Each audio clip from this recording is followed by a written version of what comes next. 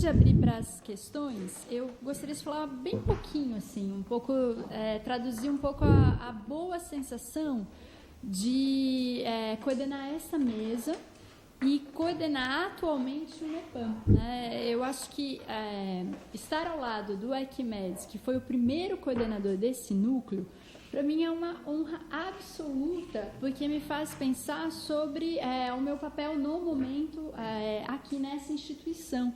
Então, eu sempre lembro da Hannah Arendt, que ela diz que memórias, elas são um artifício muito poderoso de existência, né?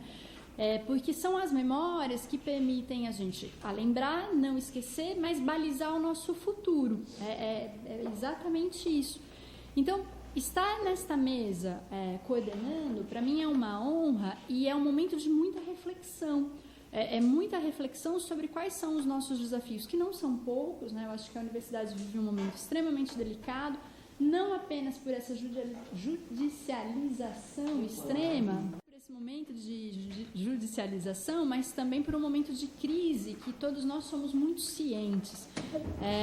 Então, pertencer a esta mesa, e neste momento eu me sinto pertencente a essa mesa, é um prazer e uma graça, porque é no sentido de pensar sobre o que nós devemos e podemos fazer no NEPAM, do presente, que tem muitas potencialidades, mas também quais são nossas responsabilidades em relação ao futuro. E para mim foi muito prazeroso ouvi-los falando, porque em janeiro desse ano eu tive que pegar os documentos de fundação do NEPAM, por uma série de lutas por espaço e coisas assim, e todos esses nomes que estavam citados, que foram citados ao longo dessa mesa, eles estavam nesse processo de fundação do NEPAM, mas sem nenhuma graça, sem nenhuma cor, porque uma coisa são os documentos institucionais, né? Eles são secos, são duros, e eles pedem exatamente essa alma, que é a alma da convivência das pessoas. Então, para mim, é muito prazeroso estar aqui, porque eu acho que vocês dão exatamente o tom dessa baliza do que nos formou, de como nós fomos constituídos, esses bastidores, esses sonhos, esses ideais, mas também quais são os pontos que nós podemos entender onde nós devemos ousar, né? Ousar e toda a coragem que nós vamos precisar ter. Eu acho que os três foram pimentas, não sei, e são ainda. Não foram, mas são, mas eu acho que é isso que mantém Mas é essa pimenta, na verdade, que é o alimento da alma, né? Que é aquela luta que nos mantém vivos. Eu acho que é isso. Então, para mim, é um prazer imenso e eu gostaria de abrir para, eu acho que perguntas, reflexões, porque o que nós temos aqui é um momento muito raro.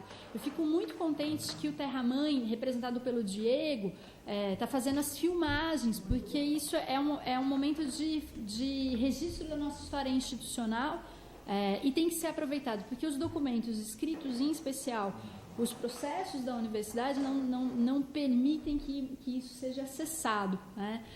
Então, eu gostaria de pedir para que vocês aproveitem esse momento, façam questões do passado, presente e futuro, porque é isso que nos alimenta. Então, eu gostaria de agradecer e abrir para as questões. Muitíssimo obrigada.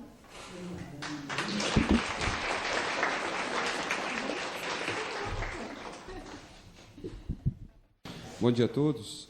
Eu sei que a primeira pergunta é sempre muito difícil, né? Então eu tomo a frente aqui para depois esquentar o tamborim do resto da turma. Eu sou Roberto, eu sou professor da Faculdade de Ciências Aplicadas do campus de Limeira e fui doutorando aqui da casa. Ai, que vontade de ser de novo, né? E eu sou docente credenciado aqui também do doutorado e tive a oportunidade de trabalhar na quadrienal da CAPES desse ano, junto com a Aline, né?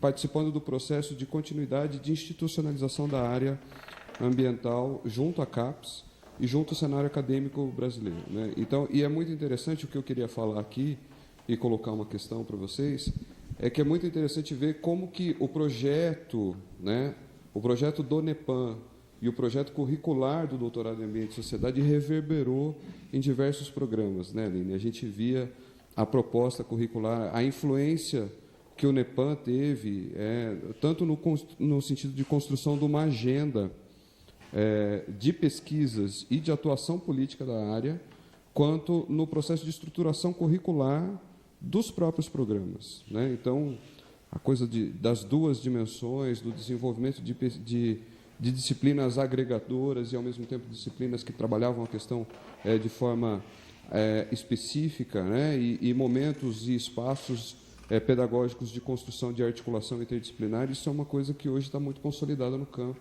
e a importância do doutorado e do NEPAM nessa articulação é muito grande. Então, essa reverberação do que a mesa trabalhou aqui tão bem, ela tem institucionalização política, ela está contribuindo para a construção de um campo de ciências ambientais que tem hoje mais de 115 programas, né? E isso é super importante.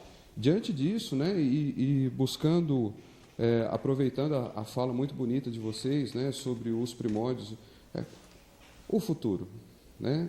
Como que vocês veem interdisciplinaridade em ciências ambientais daqui para frente? Acho que ajuda.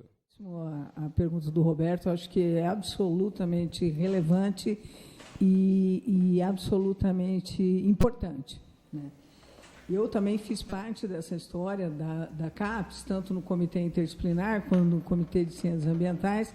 Então, é muito bom a gente perceber, né, e que essa agenda tem uma continuidade e que aquele projeto intelectual que a Lúcia colocou muito bem aqui se expandiu e já não é mais nosso, né? A gente já nem sabe mais aonde isso vai parar. Mas, de qualquer jeito, pensando a questão em termos de interdisciplinaridade em ciências ambientais, a gente conversou muito isso na AMPAS, inclusive com o Marcel Gurstin, que foi presidente da CAPES, é um cientista social muito importante da UNB, nosso velho amigo, um dos formadores da AMPAS, junto com a gente, e, ao mesmo tempo, o Marcel colocou essa questão: como é que vocês caíram nessa coisa de disciplinarizar a problemática ambiental, formando um comitê de ciências ambientais, em vez de vocês ficarem no comitê de interdisciplinaridade? A pergunta dele, do ponto de vista teórico-metodológico, é absolutamente correto. Agora, eu falei para ele, porque você, Marcel, era presidente da CAPES, e eu ficava lá, com a Lúcia e etc., a gente ficava lá com os engenheiros tentando mostrar as especificidades das ciências ambientais em relação a essas outras áreas do conhecimento, e naquele encaminhamento era muito difícil. Então, eu acho que, do ponto de vista político, foi uma estratégia político-institucional, não foi uma resposta teórico-metodológica, o Comitê de Ciências Ambientais. Mas a UNB, o CDS, o PROCAM e nós mesmos só conseguimos chegar neste nível de internacionalização com 6 e 7 porque a gente saiu do interdisciplinar e fomos trabalhar no interior do Comitê de Ciências Ambientais de uma forma mais orgânica e menos conflituosa, como era no interior do Comitê Interdisciplinar. Então, do ponto de vista da interdisciplinaridade no campo da ciência brasileira, eu acho que a gente realmente chegou num momento que nós estamos num turning point, né? São 115 programas, muitos desses 115 com pouquíssima qualidade, e eu diria que tem 30, eu conheço bem esses programas, porque eu estudei, inclusive, esses programas, fiz pesquisa sobre eles. Tem 30 que são de alto nível, mas esse alto nível precisa ter respaldos institucionais que, no momento de crise social, ética, econômica e política, como nós estamos vivendo hoje no Brasil, é um momento muito difícil. Muito difícil. Fiquei muito contente em ir para a AMPAS, eu também fui presidente da AMPAS há muitos anos atrás, e ver que, apesar de todas, a AMPAS não tinha dinheiro, né, do governo federal, não tinha. Os programas tiveram que auxiliar a AMPAS a acontecer esse ano, e todos auxiliaram. Então, assim, é muito bom perceber que a comunidade acadêmica, essa comunidade epistêmica com que nós ajudamos a construir, também está madura, né? E, apesar de todos esses momentos difíceis que nós estamos vivendo, a coisa está tendo continuidade, né? Fiquei muito feliz, o Roberto Donato foi para a diretoria da AMPAS, né? Isso significa que o NEPAM volta para a diretoria da AMPAS, isso é muito importante para nós. E do nosso, agora, pensando aqui a casa, né, eu acho que nós temos grandes desafios. Você manter um 6, eu sei, porque eu sou do programa Nota 6 na CAPES, na Sociologia, há muitos anos. Eu estou falando para a galerinha ali, para os mais jovens, olha, o UNB vai nos passar, olha, o UNB vai nos... O programa de Sociologia, o programa de Sociologia da UNB foi para 7. Porque tem uma juventude ali que não tem medo, né, de ousar e que não tem medo de fazer, né? E o meu departamento está ficando meio muito, sabe? Ai, será, gente? Será? Fica no será? Não vai. Então, assim, é um bom dinheiro ser nota 6, nós ainda não temos nada, nós só temos uma responsabilidade. Mas, só no segundo ano, para nos mantermos como nota 6, tem um desafio. Faremos ou não faremos um mestrado em ambiente e sociedade? Né? Esse é um ponto, é uma questão que está sendo colocada para nós há muitos anos. O outro ponto, né, é o NEPAM pode institucionalmente e intelectualmente manter aquela proposta original? Eu acho que pode. Eu acho que pode. Eu acho que deve, inclusive, porque nós fomos para a nota 6 em cima daquela proposta. Não é uma outra proposta e nem um fugir daquela proposta. Não, é encarar aquela proposta com tudo. E melhorar. Então, eu acho que, do ponto de vista da casa, nós estamos mais ou menos vivendo o que a ciência brasileira está vivendo. É um turning point, é um gap geracional, né, que é interessante que a gente viva, né, toda a ciência é feita assim, né, mas esse gap geracional tem que ser visto como eu diria, como uma grande possibilidade de uma continuidade inovadora, né, com a cara aí do que vem pela frente. Eu acho que a gente está bem na cena, né? Está bem na cena porque temos pessoas aí que vão dar continuidade no nosso trabalho, apesar do momento difícil que a Unicamp está vivendo. E quero também dizer publicamente que muito me orgulha ter um reitor tão jovem, tão competente. Me lembro os tempos do Brito, quando o Brito era reitor. Aquilo lá era muito gostoso, sabe? Porque a gente séria, competente, jovem, e que está, apesar de tudo, está fazendo um trabalho bonito e interessante. Então, assim, a Aline ser coordenadora do NEPAM é um grande orgulho. Não, os dois combinavam. É. Então, assim, eu acho que, apesar de tudo, a Unicamp ainda é a Unicamp, sabe? Nós estamos no topo dos rankings. Tudo bem que tem muita gente que não acredita nesses topos. Se eu estou na frente de um muspiano, eu falo, acredito sim. Estou muito feliz de estar no topo no ranking e ter um reitor como o Marcelo Nobel aqui presente. Bom, Roberto, eu acho que você colocou um ponto, a Leila deu aí a contribuição dela de uma forma mais significativa, porque ela está mais envolvida com a questão. Mas eu queria fazer também algumas observações pela minha experiência durante esse tempo todo. Eu fiquei 6 anos na CAPES no processo de avaliação de pós-graduação.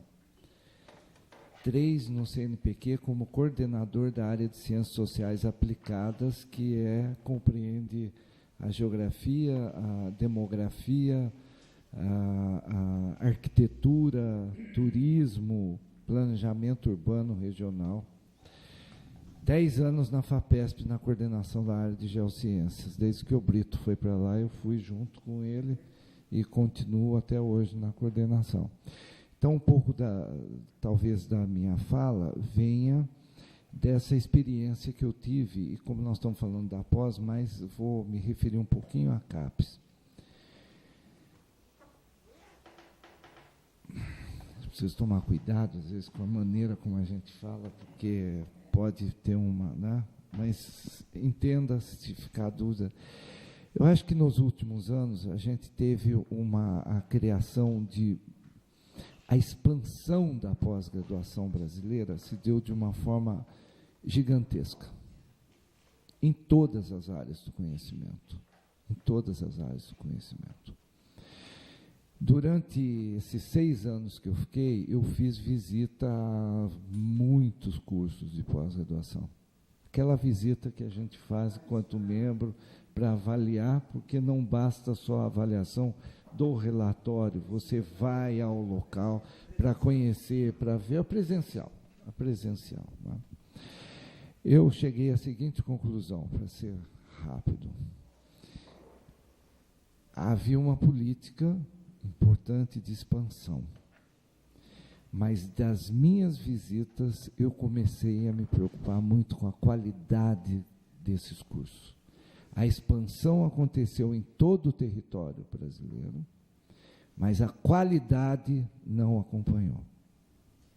A qualidade não acompanhou. É um pouco do que a Leila falou. Me assustei até agora, eu não sabia, se diz que são 115 cursos de ciências ambientais, né? E você também disse que a grande parte não. Eu tenho dado alguns pareceres na área de ciências, mas são problemáticos, como também são em outras áreas do conhecimento. Eu, das minhas visitas, em pelo menos, que eu me lembro aqui, no meu relatório e nas minhas exposições, eu sugeri fechar alguns cursos de pós-graduação. Porque a gente tem que ter esse compromisso com a qualidade. Não basta só aumentar os cursos, mas a gente tem que ter um compromisso com a qualidade dos cursos que nós geramos. Não é? Isso se repete em todas as áreas. Então, acho complicado, e aí eu deixo mais para a Leila na questão, e para a Lúcia, na questão dos programas das ciências ambientais, porque eu não tenho, emito pareceres para as ciências ambientais, mas não tenho participado do comitê, estou dizendo de outros comitês que eu participei. Não? Isso é muito nítido quando a gente faz uma avaliação do geral. Não? Mesma coisa na FAPESP hoje. Para você conseguir recurso para a FAPESP hoje, se você não tiver com a redução do orçamento, né? Eu trouxe Brito aqui outro dia, aqui no Instituto, para ele fazer aliás, 2 vezes, uma apresentação, uma fala, né, da FAPESP hoje. Nós entramos no fundo de reserva da FAPESP, já foram gastos mais de 56 milhões, e se continuar assim, nós estamos perdidos, porque o fundo ele foi criado quando da criação, Carvalho Pinto, quando da criação da FAPESP, logo após a criação da FAPESP, lá para os anos 56, 60, né? Então, a FAPESP hoje exige um nível muito grande de excelência. Se você não tiver o projeto analisado como excelente, o aluno como excelente, o orientador como excelente, você não consegue mais uma bolsa da FAPESP. Até porque a FAPESP não tem compromisso com a pós-graduação.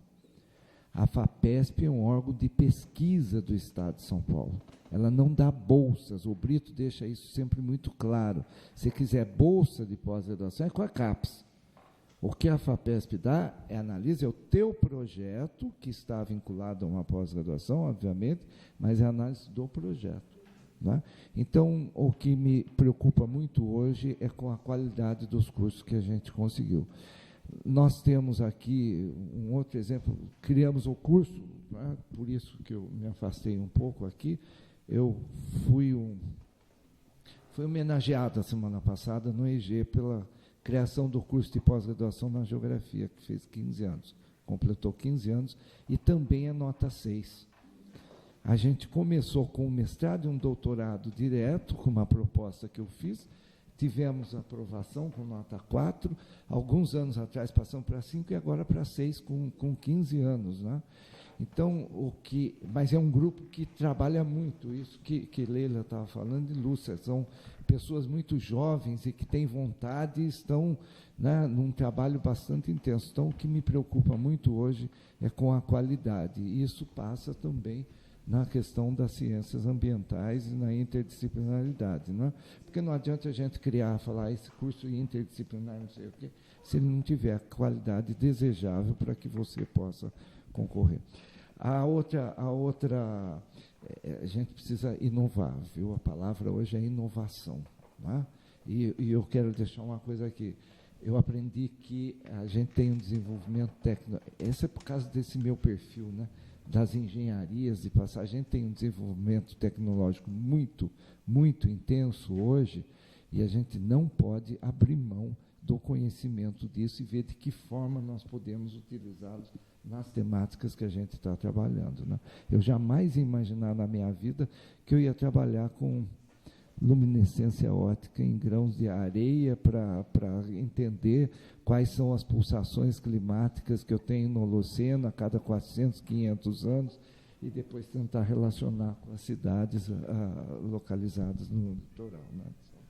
A gente não pode perder isso. A sua pergunta é o seguinte: nunca ninguém, eu acho que aí agora também é um acho, né? O núcleo de ecologia humana, quando ele foi criado, eu acho que ele foi criado não naquele, não sei se o seu coordenador era amigo do reitor ou não, se tinha problemas no departamento dele, mas é um núcleo que, naquele momento, nunca atingiu uma dimensão, ele não teve um crescimento. Foi um núcleo criado e que tinha 2 ou 3 docentes da universidade, e a coisa acho que não caminhou, nunca ninguém nos questionou, de forma alguma, nem o coordenador, nunca tive contato com o coordenador, ele nunca questionou, mas a gente teve a preocupação, sim, como disse a Lúcia, da gente manter a área de ecologia humana, que é claro que a área de ecologia humana, dentro das questões ambientais, é uma área bastante significativa. Mas não teve reação nenhuma, ninguém brigou com a gente, ninguém discutiu, nem fomos procurados por conta disso. Eu vou ser bastante breve, essa é a vantagem de ser a última. Pensando no futuro, eu gostaria de centrar num ponto. Quando a gente criou o doutorado, o nosso projeto intelectual é que as pessoas viessem de formações disciplinares, independentemente de que área do conhecimento elas fossem, para depois serem aceitos num programa interdisciplinar. Porque a gente achava que, para compreender a realidade, era muito importante a gente ter uma base disciplinar com um conhecimento vertical sobre uma área ou outra, para que depois a gente fizesse um diálogo de alto nível, no nível do doutorado já, porque o doutorado é para formação acadêmica, e o mestrado não. Geralmente, a maior parte dos concursos públicos em áreas disciplinares, né? Através de departamento. Mas eu não sei o que vocês pensam. A Leila, eu sei. Eu não sei você, mas eu gostaria até de saber. Mas eu mudei de ideia. Eu não acho mais que a gente deva ter doutorados disciplinares para depois ter mestrados disciplinares para depois ter um doutorado interdisciplinar. Não foi só exigência da CAPES. Isso eu estou dizendo há muito tempo. Gente, a nossa nota não foi para 5, porque eram as coisas que eu ouvia lá dentro. A nossa nota não foi para 6 porque a gente não tem o mestrado, que era justificativa das pessoas. E vocês devem ter ouvido isso, a mesma coisa. Depois até vocês podiam falar. Então, hoje, eu acho que não. O mundo, a complexidade do mundo está tão grande, e eu acho que os nossos alunos, eles transitam tanto por áreas, não só disciplinares, mas como interdisciplinares. Não é? Os mestrados, PROCAN, as pessoas vêm dos mais diferentes programas, como chama? SENA, o doutorado ecologia aplicada, etc. Então, eu acho que... E esses alunos se dão muito bem na análise da contemporaneidade, seja lá com qual viés. Então, eu digo para os meus alunos em seminário de tese que nós não queremos que ninguém mude de área. Se você é sociólogo, seja sociólogo, mas saiba fazer pergunta e dialogar e trabalhar junto com gente de outras áreas.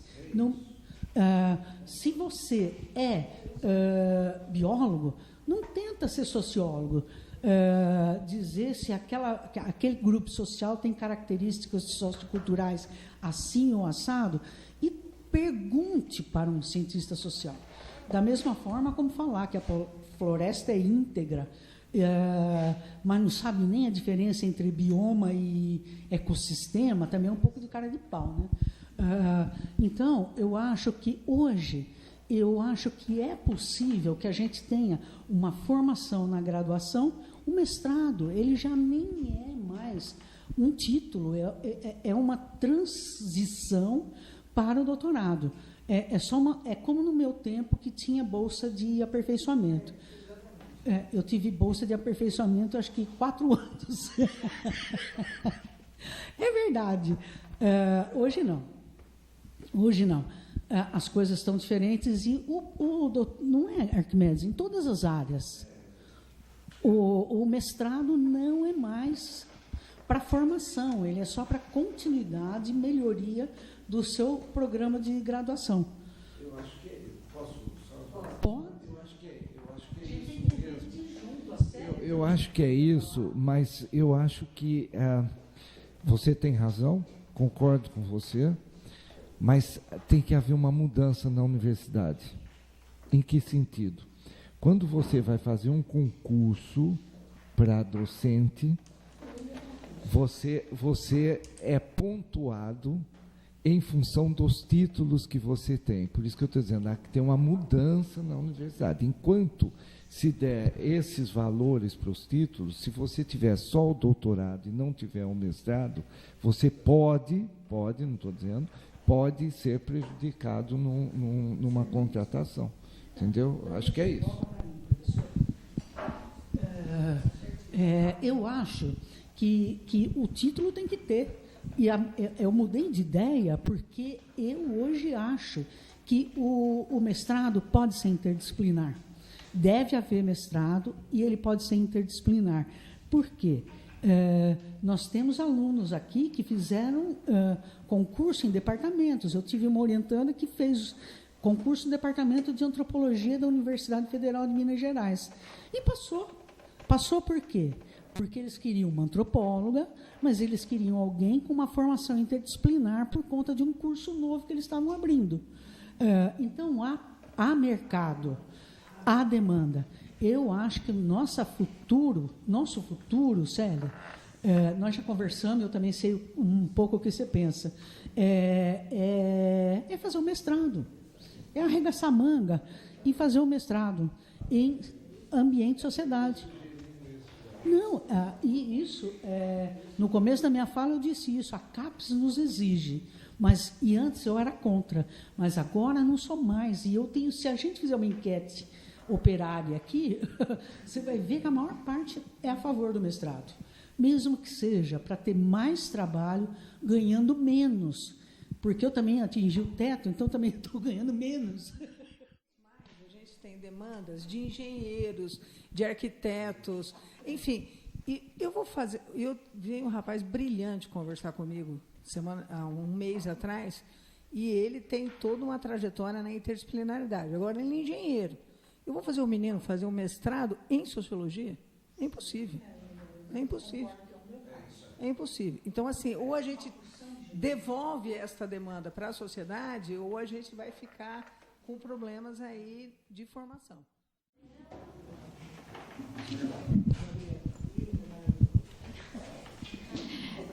Bom dia. Bom, para aqueles que não me conhecem, eu sou Gabriela, eu sou doutora aqui da casa e eterna doutoranda, pós-doc aqui da casa. E eu me senti assim, bastante privilegiada também, Aline, como você, compartilho, porque eu passei anos da minha trajetória aqui dentro e muitas vezes a gente sabe alguma história ou outra, mas, enfim, eu acho que hoje pela manhã a gente foi contemplado de juntar todas as peças e entender exatamente esse quebra-cabeça, né? E, atualmente, eu sou professora da Faculdade de Saúde Pública da USP. Graças a Deus, não tenho que trabalhar com microscópio. Leila não tem nenhum foratinho ali. Graças a percussores como vocês, que a gente pode trabalhar com questões socioambientais na Faculdade de Saúde Pública, passando bem longe do microscópio, né? Mas eu fiquei pensando que hoje o desafio que se coloca, pelo menos na USP, e isso para mim está, né, batendo o tempo todo para a gente, e acredito que para a Unicamp também, é o desafio que eu brinco dos 3 Is. E que, para mim, como sou cria aqui da casa, me parecia que esse não era um desafio. Afinal de contas, a gente aprendeu a fazer assim. A inovação, a interdisciplinaridade e a internacionalização. Eu não sei fazer diferente ciência, porque foi assim que eu aprendi. Então, acho que eu queria explorar um pouquinho da fala tão rica aqui de vocês e da experiência, um pouco da internacionalização do NEPAM, que eu acho que nesses 30 anos tem muita trajetória aí para compartilhar com a gente, né? Bom dia a todos. Meu nome é Célia Futema e eu sou a atual coordenadora do programa de doutorado Ambiente e Sociedade. Então, muitos aqui já me conhecem também, né? Talvez eu não conhecia o professor Arquimedes e ele também provavelmente não me conhecia, né? Então, eu queria primeiramente parabenizar a mesa. Realmente compartilho com as palavras da Aline, né? É uma honra estarmos todos aqui, né? Dividindo histórias e entendendo um pouquinho mais. A gente já sabia da importância tanto do NEPAM quanto do doutorado, mas com essa história toda, então ela reforça e resgata tudo isso com essa força realmente, né? E a proposta, realmente, a gente fica muito feliz aí com a nota 6, né, com essa subida de nota da CAPES, que reforça mais uma vez esse histórico, aí, acho que graças, né, toda essa formação interdisciplinar com essas pessoas ilustres, né, que o professor Arquimedes, a Leila e a Lúcia colocaram, que o resultado é esse. Acho que essa subida de nota do programa é o resultado de todo, né, esses anos todos. Não é recente, mas é de décadas, pelo menos de 3 décadas. Né? E esses desafios que nos colocaram também. Então, vem os benefícios e várias responsabilidades e desafios que a Leila e a Lúcia colocaram. Um dos desafios que a gente vai colocar em discussão realmente dentro do programa, essa possibilidade de inserção ou não de um mestrado.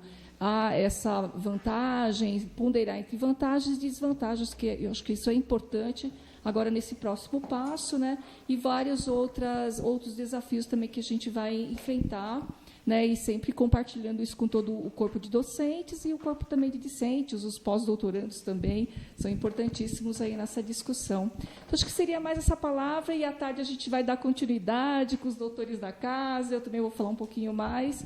Então, acho que pela manhã seria mais isso, e agradecer aí a presença de todos também. Tá bom? Bom dia, eu queria me aproveitar e me apresentar. Eu sou Júlia Cortes, acabei de começar o meu pós-doutorado aqui. Para mim é uma honra. Eu conheço o NEPAM de nome, mas assim, de vivência mesmo, muito pouco. Então, saber um pouco da história, da luta, das dificuldades, é um privilégio ouvir de vocês, dessa mesa, nessa formação. Eu queria falar um pouquinho, assim, que tem... Eu estou há muito pouco tempo, acho que não faz nem um mês que eu estou, mas tem 2 situações que me deixam muito confortáveis aqui no NEPAM. A primeira delas é o Daniel Hogan. Eu estou há 7 anos na demografia e no NEP, e o Daniel Hogan é uma presença muito forte, e ver vocês falando dele aqui de novo, e a gente está no auditório do Daniel Hogan, então, assim, eu me sinto muito confortável, apesar de eu não ter conhecido ele, eu sinto que eu conheço, de alguma forma. E um pouco, e um pouco do que a Leila falou, só para fazer complementar, o Daniel Hogan está sempre presente também nos seminários, nas mesas, todo mundo fala, acho que o Daniel hoje teve aqui, hein? E a outra situação é que sempre que me perguntam, qual é a sua formação, o que você faz? Eu sempre respiro fundo, nunca sei para onde eu começo. Eu sou engenheira agrônoma, sou demógrafa, sou da Amazônia, é uma confusão. E eu percebi, assim, dos alunos que eu conheci, que todos aqui também passam por isso. Falei, nossa, eu acho que eu me encontrei agora. E a minha pergunta é um pouco nesse sentido, assim, né? Eu acho que a Leila falou da coisa da diferença, que é importante na multidisciplinaridade, que eu acho que é daí que surge o conflito e que surgem as soluções e os debates.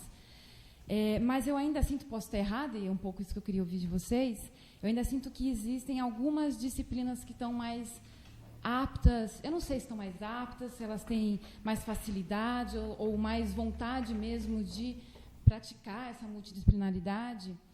E aí eu queria saber como era nesse início da formação do NEPAM, como é hoje e como deveria ser a participação das disciplinas. Realmente tem disciplinas que têm mais dificuldade e como que a gente pode trabalhar para cooptar esses cientistas. E é isso, minha pergunta.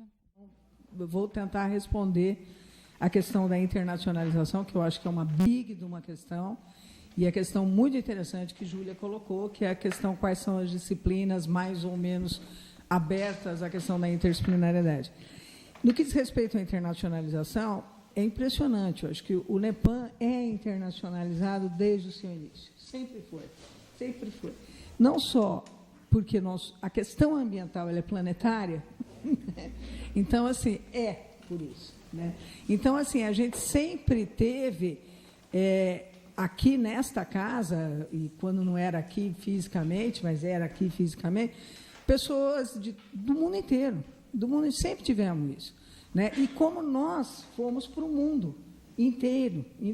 Né? Então, assim, é a questão... Hã?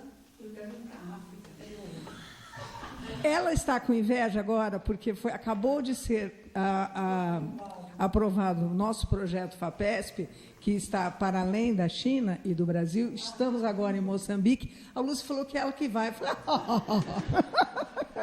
Mas é uma brincadeira. Mas, então, assim, a questão da internacionalização, ela precisa ser muito bem cuidada, né? No sentido de que eu digo o seguinte: é lógico que eu gosto de viajar ao mundo, a coisa que eu mais gosto de fazer é além de tomar vinho. Né? Eu acho que é importantíssimo todos nós estarmos em vários lugares do mundo o tempo todo. Mas a gente tem que trazer as pessoas para cá. Né? Ter alunos como o Isidro, ter os cubanos, ter isso é a real internacionalização. Então, assim, é uma tradição do NEPAM, né, ser internacionalizado.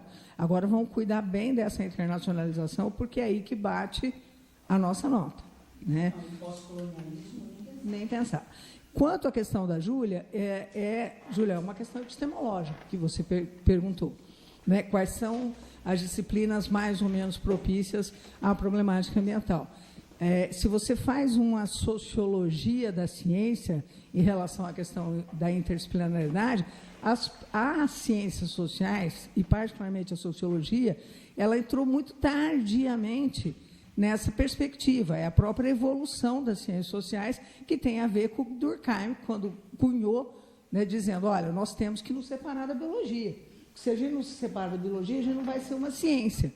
Então, assim, a natureza e a sociedade se separaram naquele momento histórico e, para retomarmos isso, teve uma longa trajetória.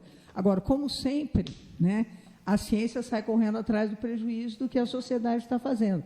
O que a sociedade fez a partir dos anos 60? A sociedade nos disse, não dá mais para separar a sociedade da natureza, do ambiente, enfim, epistemologicamente, aí é uma outra questão. Então, a sociologia teve que se abrir totalmente para essas problemáticas. Agora, com o advento, desde 88, do IPCC, e a institucionalização da problemática das mudanças ambientais globais, incluso as mudanças climáticas, nós, cientistas sociais, estamos sendo chamados o tempo inteiro para pensarmos essa problemática de um ponto de vista interdisciplinar. Né? E os cientistas sociais aí são característicos para isso. Obviamente, a geografia ela é muito mais aberta à interdisciplinariedade do que a própria sociologia, pelo seu próprio... Ela nasceu assim, né? Então, assim, mas agora essa questão das disciplinas fica cada vez mais difícil você colocar esse limiar, o que é sociologia, o que é geografia, o que é história, porque a sociedade já ultrapassou esses limites disciplinares, porque nós vivemos hoje uma sociedade complexa. Então, assim, cada vez mais exige-se das próprias disciplinas essa abertura para um campo mais amplo que a gente não sabe o que será aí nos próximos 100 anos no processo de conhecimento. Só com relação à questão do NEPAN, da internacionalização, é evidente que a subida de nota já tem um significado, não é? Nenhum curso, nenhum programa consegue uma nota 6 se realmente não demonstrar que tem um grau de internacionalização já concretizado. Não é hipótese, já é o real. Então, acho que isso é bastante significativo. A questão do... Eu preciso falar uma coisa a mais do cuidado, e a Leila chamou a atenção disso, não é? De fornecer, então, tudo bem, de fornecer dados, não é? E uma preocupação que eu tive. Quando eu iniciei um projeto há 6 anos atrás, esse projeto que eu mencionei, a FAPESP, né?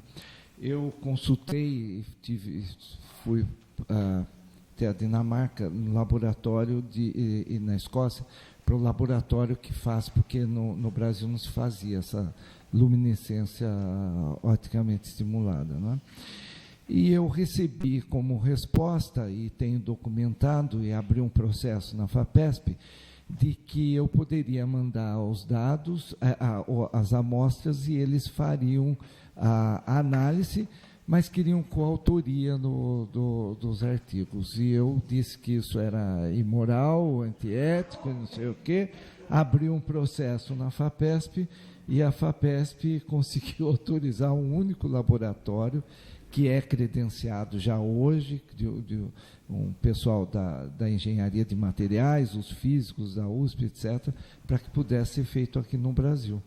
Não é? Isso porque é o cuidado que a gente tem que tomar com essa questão da internacionalização. Eu venho agora da Espanha, desde o mês passado, e de Portugal. Eu fico, às vezes, abismado com alguns projetos.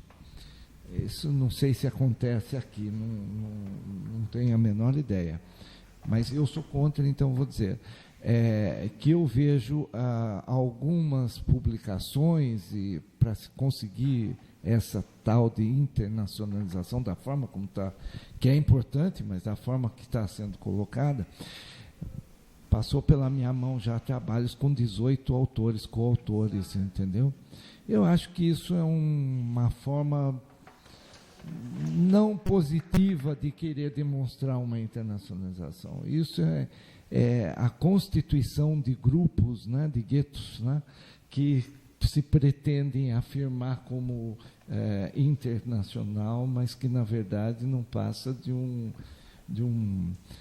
conluio, de uma reunião de amigos, né, para poder atingir isso. Isso tem me preocupado bastante nesse momento também. E a questão que a Leila também colocou muito bem, eu acho que a discussão do meio ambiente não deve ficar sempre muito restrita às ciências sociais, à biologia. Eu me preocupo, pela minha experiência de 10 anos de agronomia, 15 de engenharia agrícola, com as engenharias, né, das questões ambientais que são muito, muito ligadas à área tecnológica, não é? É evidente que toda a produção que se faz na questão ambiental, nas áreas biológicas, nas geociências, nas ciências sociais, são extremamente importantes, mas nós não podemos esquecer também que existe uma área tecnológica, por exemplo, uma área de saneamento, uma questão de discussão de águas, uma discussão de processos erosivos, uma discussão de deslizamentos, de inundações, que são todos temas envolvidos com a questão ambiental e que muitas vezes a gente deixa passar por esta formação que a gente tem mais disciplinar, né? Então, era isso. Sobre internacionalização não vou falar nada, porque eu concordo integralmente. Eu acho que a internacionalização ela é implícita. As pessoas vêm nos buscar, as pessoas vêm nos procurar. Eu lembra, Gabriela, dos nossos seminários do Projeto Clima? A gente trazia gente do mundo. Por quê? As pessoas queriam saber o que nós estávamos pensando, o que nós estávamos fazendo. Eu acho que o Brasil atrai muito o conhecimento, porque, apesar de todas as nossas dificuldades, a gente tem um número de artigos importantes sendo produzidos, etc., que deixam a nossa marca. A Unicamp ela está no topo de linha por causa da produção científica e por conta da inovação. Não adianta. Então, essas coisas estão, como a Gabriela disse, essas coisas estão intrinsecamente integradas. Então, eu não vou falar mais do que isso. Eu achei ótima a pesquisa, a pergunta das disciplinas mais propícias. Como a Leila disse, é claro que há algumas disciplinas que já nascem, como são temáticas, já nascem interdisciplinares. A geografia é a nossa parente mais próxima. As áreas disciplinares, elas são muito disciplinares, muito institucionalizadas, elas tiveram dificuldade e ainda têm a dificuldade de trabalhar a interdisciplinaridade. E o que eu acho que é mais importante do ponto de vista do nosso cenário atual, aí eu quero fazer uma provocação para a gente pensar futuramente, é que depois do sucesso da interdisciplinaridade, não se faz mais pesquisa, ou pelo menos é muito raro se fazer pesquisa pura, disciplinar. Até amigos meus que trabalham com célula, eles trabalham com a célula como um sistema complexo. Então, é muito difícil você ser disciplinar mesmo. E com esse cacife da interdisciplinaridade, aliás, eu fiz essa pergunta para o Fernando Costa quando ele era estava fazendo propaganda. Candidato. Eu perguntei para ele, falei, gente, quando a interdisciplinaridade era como é que chama? A franja da ciência, vocês criaram os núcleos aqui na Unicamp, que era o lugar da interdisciplinaridade. Agora que a interdisciplinaridade virou moeda de troca, nós, núcleos, vamos continuar existindo? Ou vocês vão começar a partilhar os financiamentos, etc., a importância com as faculdades e institutos que também têm pesquisa interdisciplinar? Porque hoje em dia não existe praticamente... poucas pessoas ainda tem departamento, né? A maior parte são os tais dos laboratórios que tentam ser temáticos. Então, eu acho isso fundamental, é que tem tido, por conta dessa coisa da interdisciplinaridade ter se transformado em uma moeda de troca e muito valorizada, nível euro,